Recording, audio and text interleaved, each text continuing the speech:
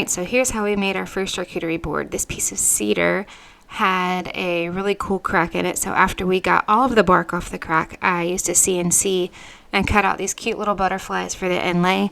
We cut matching pieces of poplar to go in, and here I am using some 5-minute epoxy and just swiping it in there and tapping in the butterflies to persuade them in, and it really did a great job.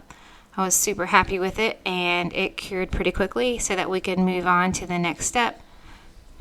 So here is some epoxy. It comes in 2 parts, and you have to mix it for a really long time to get all the air bubbles out and get the chemical reaction fully done. We added a little bit of blue mica just to make it nice and pretty and swirly. We're pouring it into a prepared mold and using these weights to keep the boards from coming up and floating. It keeps us from wasting. Is very much epoxy. I loved how the color was. It was just had really pretty sparkles and just the shade of blue. I really liked to go with the butterflies.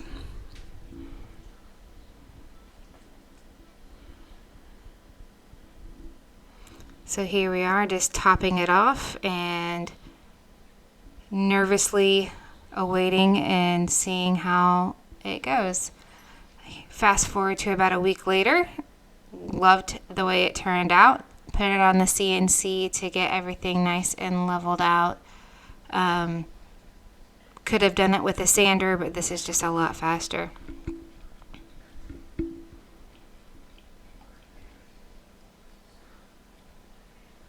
So once it was done on the CNC, we popped it off and brought it over to the sanding table. We went through multiple rounds of sandpaper, starting at 80 grit and moving all the way up to 600. Once we ran it through over and over again, I used some mineral oil, some food grade mineral oil, and put 3 rounds of food grade mineral oil on it, where I oiled it, let it dry, and then oiled it, and then let it dry. Love the way that the cedar color turned out here. It's just so pretty. You would never know that that beautiful darker color was in there. It was a neat surprise. So there it is. It was a fun project. Would love to do it again. Can't wait to work some more with epoxy, and the inlay just makes me smile.